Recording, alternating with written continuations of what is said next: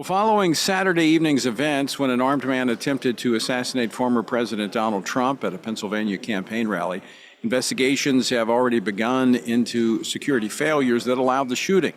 The House Homeland Security Committee received a virtual briefing from the U.S. Secret Service today, and the House Oversight Committee will hold a hearing next week. Joining me now to talk about this and much more, Congressman Robert Aderholt, who serves on the House Appropriations Committee. He represents the 4th Congressional District of Alabama. Congressman Aderholt, welcome here to Milwaukee. Well, Tony, it's good to be here. Good to be here on Washington Watch, and just thank you for your work that you do here, standing up for issues that we all care about. Well, I appreciate that, and I want to get into some of those issues because I've been here a week. I was here for the Platform Committee. You chair the Values Action Team in the House, which is that group started about 25 years ago. Yep. FRC was a part of formulating that. Joe Pitts was very integral in the beginning of that, and it was you championed these issues in the House. Yep, I was a young member of Congress at the time, 31 years old, but I knew that these issues were what has made America great. And I say make America great, I know we throw that term a lot around now with Donald Trump is using his theme, but really, when it gets right down to it, it is those issues that has made America great. I'm glad you brought that up because my take on that, for America to be great, we have to have these issues right. Exactly. Because to be great, you have to first be morally good and have that foundation, and that's the values issues, the life issue, the issue of family, all those things that come through, right? Marriage, human sexuality, all of that. And the thing about it is what is frustrating to me so many times is that a lot of my colleagues, they're so focused on the money aspect of it and cutting money. And again, I believe in cutting taxes, cutting money, but if you can do all of that all day long, but if you don't have the moral values of your country right, then it really doesn't matter. And this comes from a man who's on the Appropriations Committee. Well, absolutely. I mean, I deal with the money, but I tell you, I know from speaking that money is not the answer to the problem of this nation. Right. And what you've done, and I want to commend you for this on the Appropriations Committee. We've talked about this before. You're one of the top members of the leadership team there, is that you have made sure that money is not given to these things that chip away at that moral foundation. Exactly. You have been working to make sure that that is not used against us. And we need to even do a better job. I'm not saying that we've done a perfect job at it, but we've got to do better. But at the same time, we've got to make sure that we don't create a system where values is relegated to the lowest point in what Congress is considering. But, Congressman Aderholt, it's no surprise to our listeners and viewers because I've been talking about this for a week now. I'm very disappointed in the party platform when it comes to these issues. I feel like, it may check some of the boxes, but certainly falls inadequate to address the priorities of these issues, the sanctity of human life, marriage, these things that have been core to the Republican Party. Well, I think that has something that has set us apart from the Democrats for the last 50 years is that our pro-life stance. And I'm like you, I think it's crucial that we keep a very pro-life stance in this platform. Obviously, I'm disappointed that it's not stronger. And I understand the arguments, and of course, I trust Donald Trump because he has a proven track record as far as appointing the right people to the Supreme Court. But at the same time, I'm thinking 8-10 years down the road, and that we have a platform that stands. And everybody talks about, send it back to the states. Really, what they're saying, though, was to send back to the states, was to send it back to the legislatures,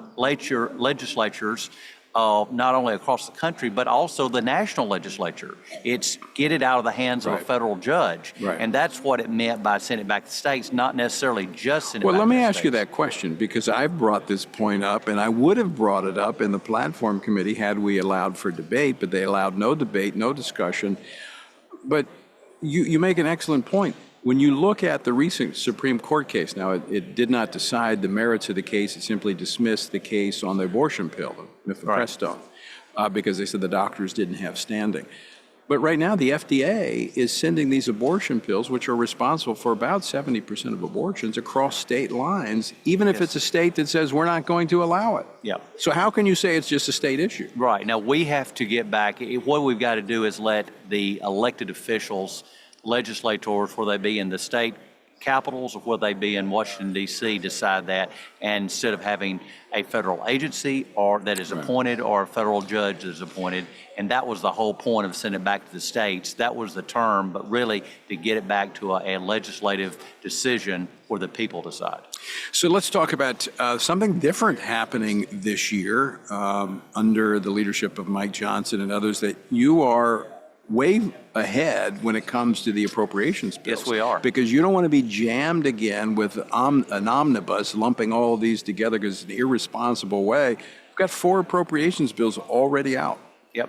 And we're making very good progress, and I think that's Mike Johnson was committed from the very beginning that we're going to do this. I think he will continue to be committed to that. Of course, obviously, omnibus did go under his watch, but he had just literally become speaker just a few weeks or months before that. So he really didn't have his fingerprint on it. Now he has a chance to really organize it and orchestrate it, and he is doing just that. I'm a big fan of Mike Johnson. He's a great individual that, like you and I, he believes in those values of this country. And so I look forward to working with him from this appropriation standpoint from the beginning, as opposed to rushing these all together and spending just enormous amounts of money and not knowing what's actually in the bills. Right. We've already talked about some of these offline, but you are working to make sure that the policies, as we talked about just a moment ago, the funding does not counteract the values that we hold. Now, you're getting a lot of these, what we call policy riders, into the appropriations bills, but it has to go to the Senate. Yes. And then there has to be, a meeting in between. So just like last time, a lot of the pro-family, pro-life riders got, well, not the pro-life, but the pro-family got booted. Do you think we might have a different outcome this time?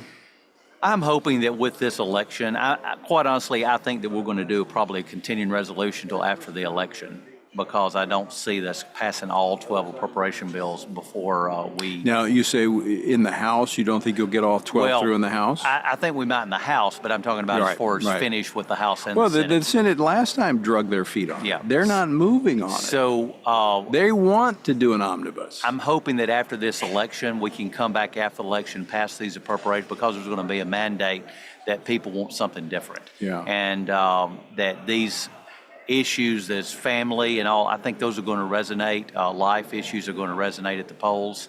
And I know that a lot of naysayers, but I can tell you at the end of the day, I think really this country is pro-life. Yeah. And cares about, there may be various degrees of how people come down on the issue, but at the end of the day, I think we're a pro-life nation. I don't want to get ahead of us, but are you concerned about a lame duck session of Congress and what might pop up? Well, I think a lot of it's just going to depend on how the election goes, but I'm hopeful that we can keep anything that's going to be detrimental just at bay until Donald Trump gets in the White House in January. We kind of jumped over this in the opening, but your reaction to what happened Saturday? Yeah, ironic thing about it, I was literally packing my suitcase to come here to the convention to nominate Donald Trump. I'm a delegate from Alabama. And I turn on my on the news, and they said there was a disruption at the event there in Pennsylvania. My first reaction is like it was a protest or something like that. And of course, obviously, we now know that it was far from that. So this is really history in the making. There's been very few presidents that have actually survived an assassin's bullet.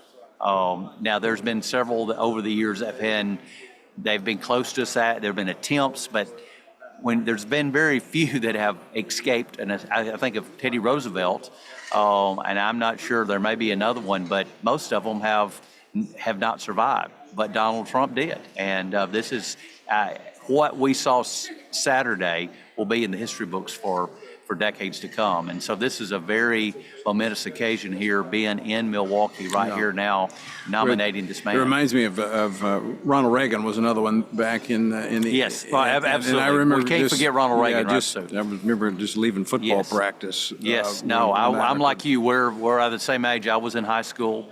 And, of course, obviously, Ronald Reagan was the other one, and that's the only one that I can remember. This is to borrow a line from our other president, Joe Biden, an inflection point for the nation. I mean, are you concerned that, and I'm going to talk about this next with the House Speaker, Mike Johnson, but that our political rhetoric has reached such a level that we're at a crisis point and we've got to step back from that? I'm a full believer that we debate the issues very aggressively, but at the end of the day, we don't use violence. And I think that we do need to be careful with our words, and obviously we've seen that the Democrats have tried to make Donald Trump someone that's the same as Hitler. Right. And I think those kind of comments on either side are not appropriate. We can fight with our words all day long, but we're not going to be fighting with bullets. I mean, I think we've got to come with full passion and conviction of what we believe. And that's the way the Founding Fathers intended. Right. But at the end of the day, we should all be Americans and recognize the value that each has because we're created in the image of God. We are, and if we really believe that, then we'll respect each other. But at the end of the day, we may disagree, but we will just, move forward and we'll know that we live in the United States of America. Congressman Robert Aderholt, always great to see you. Thanks for stopping by. Thank you, Tony. Good to be with you. Thanks so much.